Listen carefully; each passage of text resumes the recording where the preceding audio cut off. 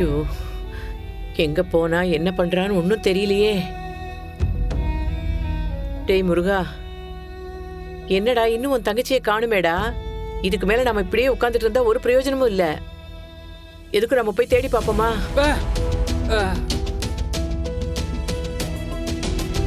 அத்தை, எங்கன்னு போய் தேடுறது? அவ ஆபீஸுக்கு தான் போகணும், அங்க போய் கேட்போமே. சரி வாங்க போய் பாப்போம். அத்தை அதெல்லாம் ஒன்றும் வேணாம் அத்தை. அதெல்லாம் அஞ்சலிக்கு ஒன்றும் ஆகாது. இல்ல மாப்பிள்ள, பயமா இருக்கு. சத்யா இருக்காப்புல, மகேஷ் பிரதர் இருக்காப்புல, எல்லாத்துக்கும் மேலே ரொம்ப தைரியமான பொண்ணு. அஞ்சலியெல்லாம் யாரும் ஒன்றும் பண்ண முடியாது. மா ஒன்றும் இல்லைம்மா, நீ தைரியமா இரு.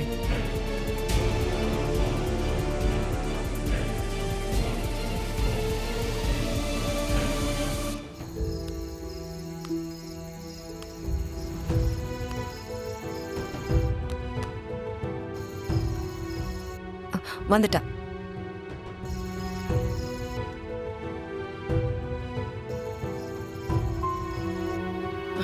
அஞ்சலி, சொன்னல. என்ன அஞ்சலி நீ எங்க போன? உன்னை எங்க நாங்க தேடுறது? போன் பண்ணா நாட் ரீச்சபிள்னு வருது. நீயாவது ஒரு போன் பண்ணி அம்மா நான் இங்க இருக்கேன்னு சொல்ல மாட்டியா? அப்படி என்னதான் ஆச்சு சொல்லு.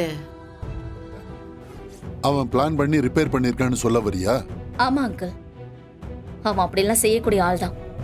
அஞ்சலி, நீ ஆபீஸ் வர்றதுக்கு முன்னாடி இருந்தே லிஃப்ட் பிரச்சனையா இருக்குன்னு அந்த சத்யா என்கிட்ட சொன்னான்.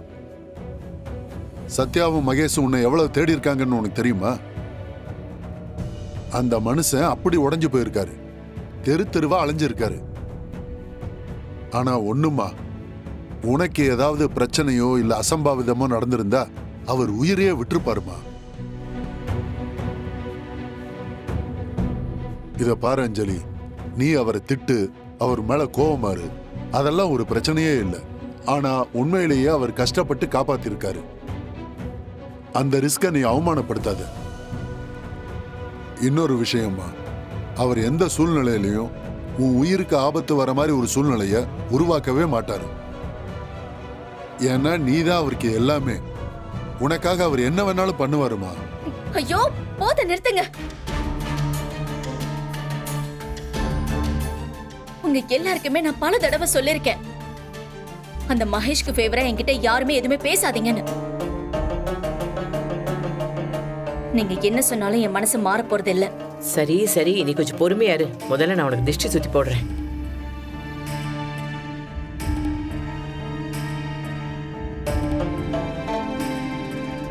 பழசெல்லாம் மறந்துட்டீங்களா? இல்ல, நான் எதையுமே மறக்கல. அப்போ எப்படிக்கா அப்படி ஒருத்தன் திருந்துவான்னு நீங்க எல்லாருமே சொன்னா நான் எப்படி ஏத்துக்கிறது?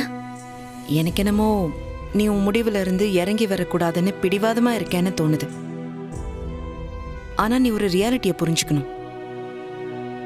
மகேஷ் இன்னைக்கு உன் உயிரை மட்டும் காப்பாத்தல, உன் வயித்துல இருக்கிற குழந்தையோட உயிரையும் சேர்த்து காப்பாத்திருக்காரு.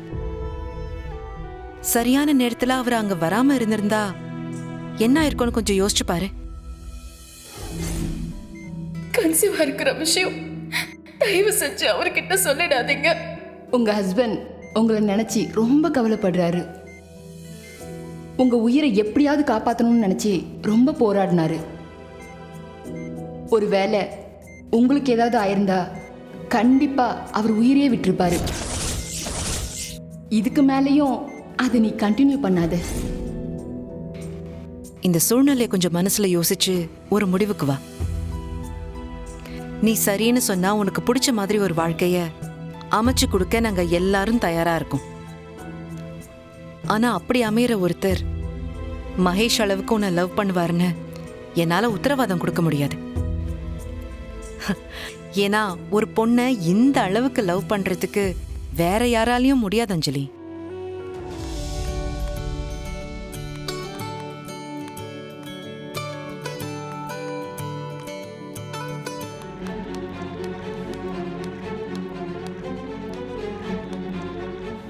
என்ன என்ன அங்க கூட்டம்?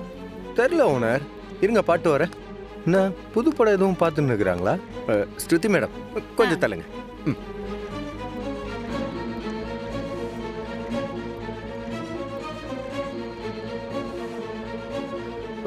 ஓனர் ஓனர் ஓனர் ஓனர் கொஞ்சம் அண்ணாண்ட வந்து பாருங்களேன் என்னன்னு. சத்யா, எனக்கு அதுல எல்லாம் இன்ட்ரெஸ்ட் இல்ல. வா போலாம். ஓனர் வாங்க ஓனர். அட வாங்க ஓனர். வாங்க.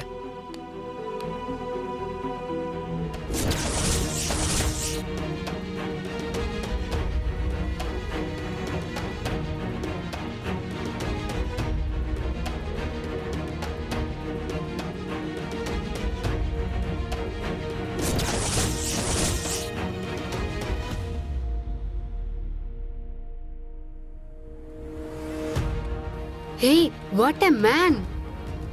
என்னையா இந்த ஆளு சினிமால தான் இந்த மாதிரி பார்த்துருக்கு, ஆனா ரியல் லைஃப்ல இப்பதான் ஒரு ஹீரோவை பார்க்கறேன். 2 கையில லிஃப்டையே கிழிச்சிட்டாரு. சரியான டைமுக்கு அவர் உள்ள போலன்னா அஞ்சலி மேம் இறந்திருப்பாங்க போலியே. அவரு ஜிம்முக்கெல்லாம் போய் எதுக்கு ஒர்க் அவுட் பண்றாருன்னு இத பாக்கும்போது தானே தெரியுது. இந்த ஹாலிவுட் படத்துல வருவாங்களே சூப்பர் ஹீரோஸ், இந்த ஹல்க், அயன் மேன், அந்த மாதிரி ஒரு ஜென்டில் மேன்ரி நம்ம மகேஷ் சார்.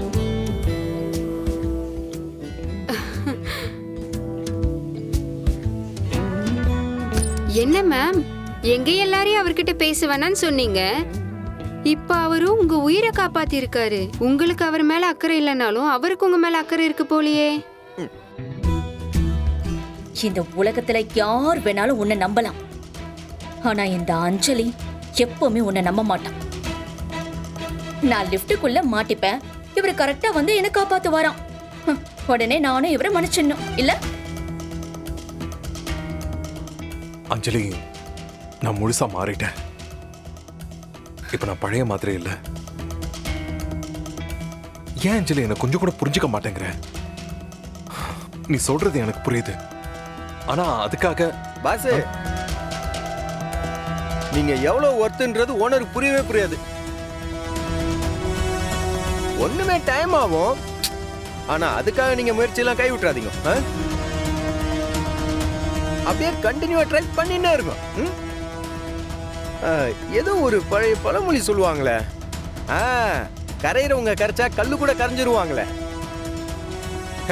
என்ன பாஸ், கல்லே கரையுது, ஓனர் மச கரையாதான் என்ன? அதெல்லாம் சேஞ்ச் ஆயிடும். சத்யம், நீ ஏன் கூட ஒர்க் பண்றியா இல்ல இவன் கூட ஒர்க் பண்றியா? நீ ஏன் கூட இருந்துகிட்டு அவனுக்கு ஜாலர் அடிச்சுக்கிட்டு இருக்க? ஓனர், என்ன ஓனர் இப்படி பேசின்னு இருக்கிறீங்க?